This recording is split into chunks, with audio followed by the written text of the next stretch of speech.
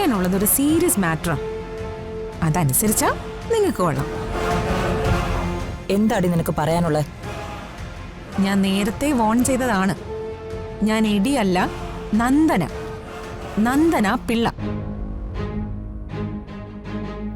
Varma sir ഋതികയുടെ അച്ഛനാണെന്ന് പിതൃത്വം അംഗീകരിക്കാനാ Ambika Varma ആവശ്യപ്പെട്ടിട്ട് വീടും സ്വത്തും ഋതിക എന്റെ പേരിൽ എഴുതി വെച്ചത്.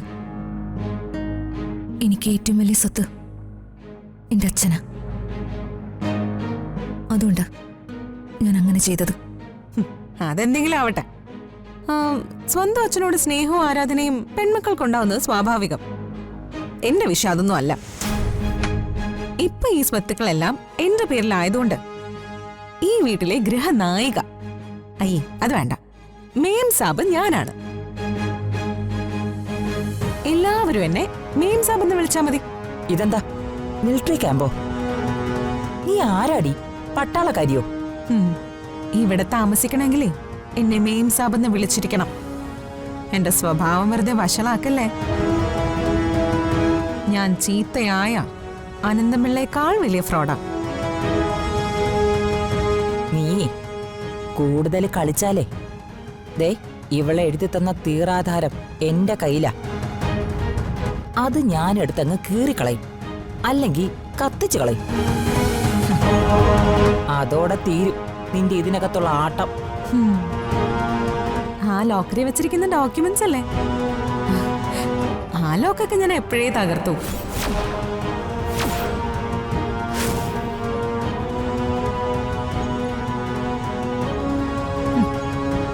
തീരാധാരമൊക്കെ ഇപ്പൊ എന്റെ കയ്യിൽ ഭദ്രമായിട്ടുണ്ട്.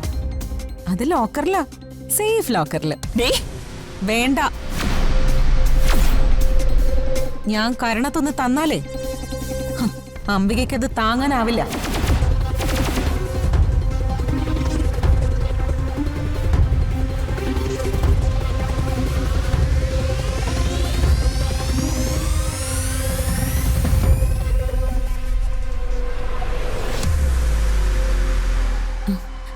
ദീപവും ചെറിയമ്മായി ഒന്ന് മാറിത്തരോ? എനിക്ക് ഋതികയോട് വളരെ പേഴ്സണലായിട്ട് കുറച്ച് കാര്യം സംസാരിക്കാനുണ്ട്.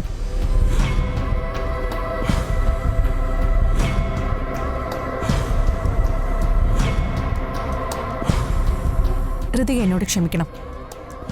ഞാൻ രാജുവിനോടും നിന്നോടും മനഃപൂർവ്വം ഒരു തെറ്റ് ചെയ്തു. രാജുവിന് എന്നോട് ഒരു പ്രേമവും ഇല്ലായിരുന്നു. അവനെന്നെ കാണുന്ന തന്നെ വെറുപ്പായിരുന്നു. അതൊക്കെ ഞാൻ ക്രിയേറ്റ് ചെയ്യുകയും നിന്നെ വെറുതെ തെറ്റിദ്ധരിപ്പിക്കുകയും ചെയ്തതാ. പൊട്ടിത്തെറിക്കാതെ ബാക്കിയും കൂടെ കേക്ക്.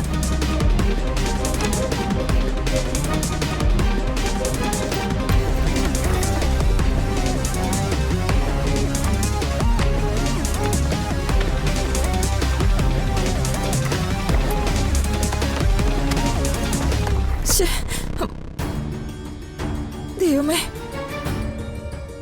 എന്റെ ശവപ്പെട്ടി ഞാൻ തന്നെ പണിതല്ലോ.